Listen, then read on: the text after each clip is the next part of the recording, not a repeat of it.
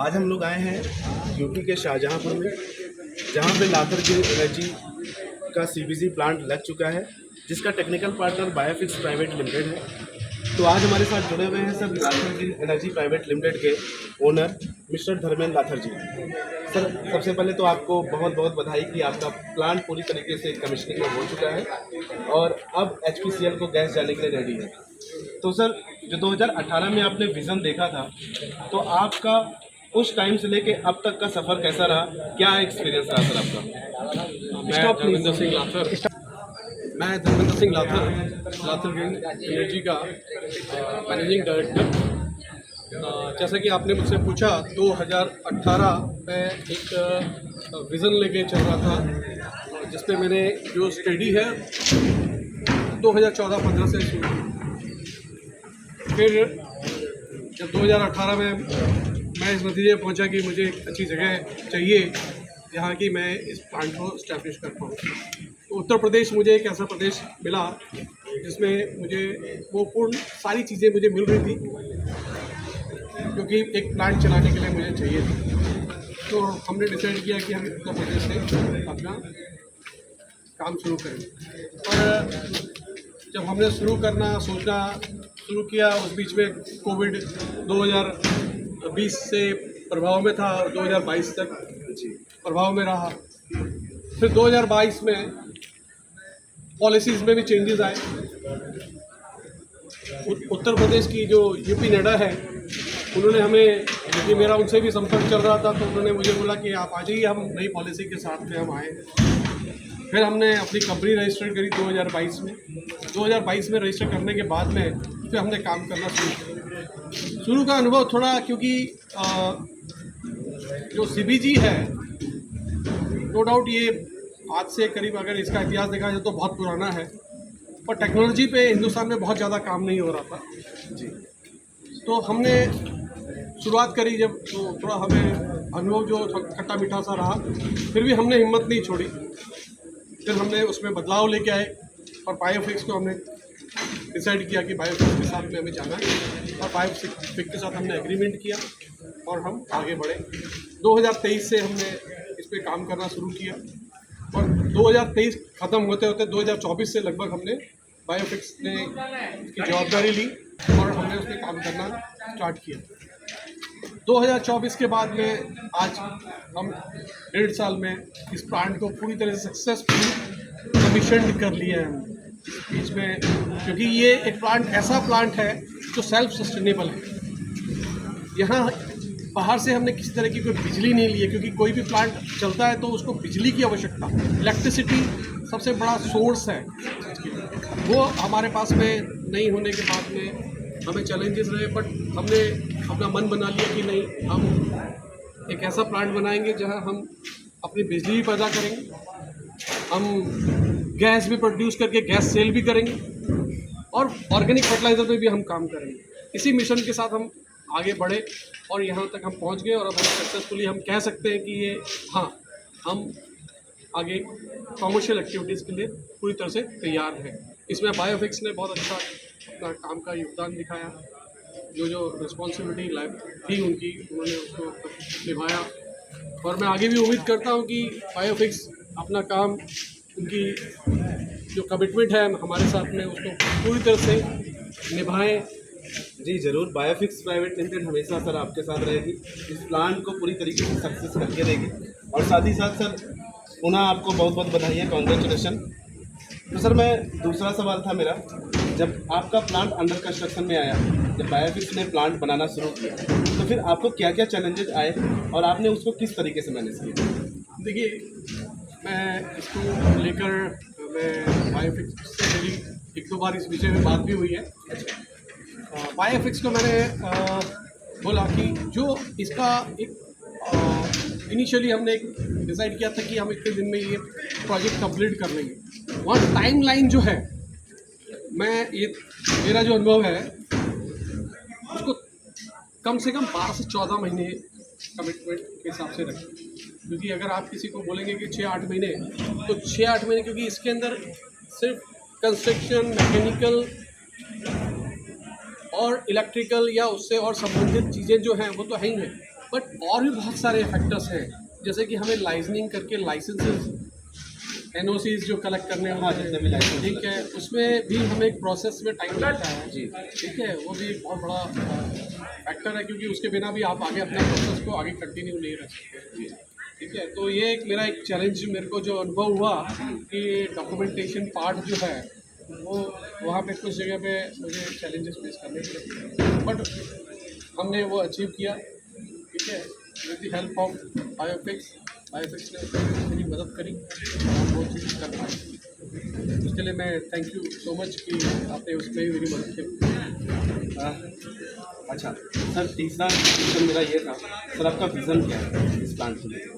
देखिए, इस प्लांट को लेके मेरा विज़न जो है मेरा कि गैस जो है वो तो हम इजीली हमारे लॉन्ग टर्म एग्रीमेंट सेल हो जाएगी, जी। सेल हो जाएगी। जी, जी। उसके लिए कभी कोई ऐसा चैलेंज मैंने महसूस नहीं किया। जब शुरू किया था 2000 जैसे मैंने बताया 2015-16 में, तभी मैं बहुत सारे प्लांट्स विजिट कर चुका था, देखता था, मैं जाता था।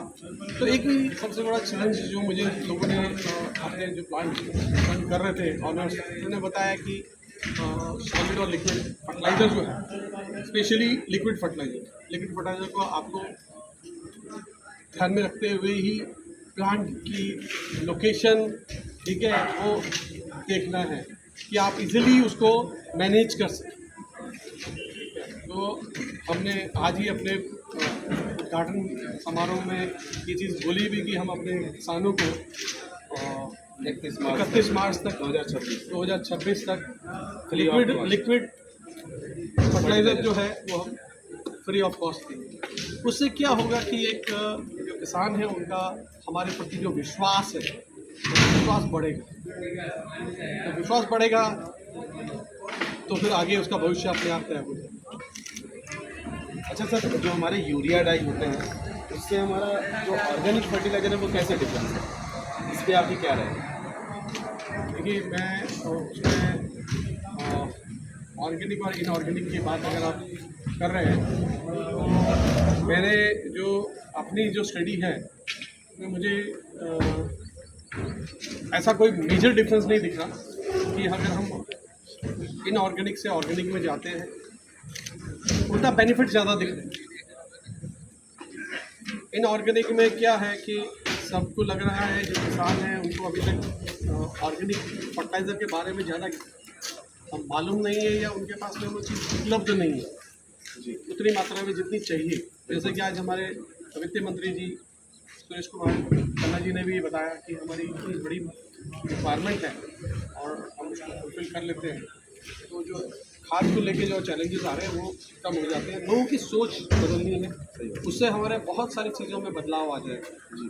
ठीक है, हमारी मिट्टी जो है वो जिस तरह से केमिकल डाल के हमने उसको दूषित कर दिया है, उसको अगर हम ठीक कर लें हम, तो वो हमारे लिए बहुत ही बड़ा, कहते हैं, अपने आप में एक कंट्रीब्यूशन होगा टू अवर, कहते हैं कि धरती माता। ठीक है, ये जो जिन्हें हम अपने देश में बोलते हैं धरती माता, तो वो धरती माता के लिए हमारा एक योगदान रहेगा कि उसको हम बोलें कि भैया हमने जो केमिकल से उसे मुक्त किया और उसको जैविक में कन्वर्ट करके अपनी तरफ से योगदान दिया। तो मेरा जो लक्ष्य है वो ये है, किसान भाई को हटाना है, ऑर्गेनिक को लाना है, किसान भाइयों को मोटिवेट करना है और उनको अच्छे दाम दिलाना कि ऑर्गेनिक आप बनाएंगे, बेचेंगे, क्योंकि उनका विश्वास जो है, उनको ऐसा लगता है कि भाई अगर हमारा प्रोडक्शन कम हो गया ऑर्गेनिक में जाने से, तो हमें उतना, क्योंकि हर इंसान की अपनी एक एक्सपेक्टेशन होती है कि भाई मेरे को इतनी फसल होगी तो इतना पैसा मिलेगा, ये वो चीज़ें बहुत ज़रूरी है उनकी पूरी होनी। तो कहीं ना कहीं ऑर्गेनिक करने से उनको ऐसा लगता है कि हमारा प्रोडक्शन का डाउन हो जाएगा। तो प्रोडक्शन डाउन ना हो, हम बोलते हैं प्रोडक्शन नहीं, आपकी क्वालिटी इंप्रूव होगी तो आपको अच्छा फसल मिलेगा। तो एक उसका नया मार्केट तैयार है जी।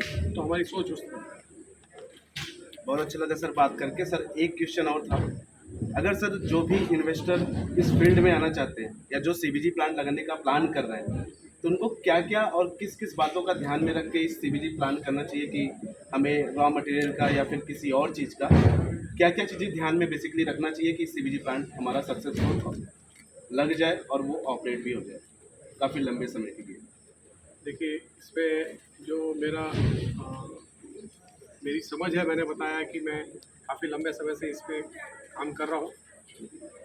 अपना इकलौता प्लांट हमने इसको करने जा रहे हैं। बड़ी बड़ी इंडस्ट्रीज़ इसमें ऑलरेडी बड़े लेवल पे काम कर रही हैं। जी।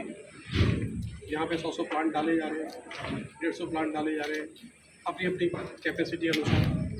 प्लेयर्स रेगुलर आ रहे हैं, बट कुछ प्लांट्स में जो चैलेंजेस आ रहे हैं, जो हम देख रहे हैं, वो है, एक चैलेंज नहीं है, कई सारे चैलेंज हो सकते हैं। एक तो आपका फीड